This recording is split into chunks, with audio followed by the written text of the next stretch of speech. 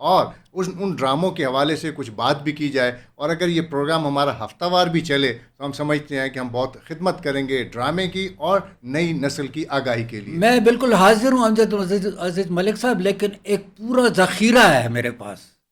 ایک آپ یہ سمجھ لیں کہ ایک نہ ختم ہونے والا سلسلہ ہے، کیونکہ میں وہ جیسے میں نے پہلے فراز صاحب کا شعر پڑھا تھا، تو ہم نے یعنی آپ یقین کریں کہ 16 گھنٹے 18 گھنٹے ایک دن میں کام کرنا تو ہمارے لیے معمول کی بات تھی، ورنہ 24 گھنٹے بھی ہو جاتے تھے. اچھا، جب میرا کوئی ڈرامہ سیریل چل رہا ہوتا تھا نا، آپ یقین کریں کہ ہفتہ وار چھٹی کا کوئی کانسیپٹ ہی نہیں تھا.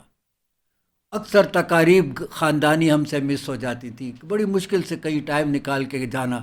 مشاعروں میں ضرور ٹائم نکال کے جاتا تھا کیونکہ وہ میرا پیشن تھا، لیکن وہ بھی میں مطلب یہ ریکارڈنگ کے دوران سکپ کر کے تو جا کے مشاعرہ پڑھ کے پھر آ کے لوگ گھروں کو چلے جاتے تھے، ہم دوبارہ ڈرامے شروع کر دیتے تھے. تو میں حاضر ہوں گا جب آپ کہیں گے. بہت شکریہ آپ کی آمد کا عزیز اجاز صاحب.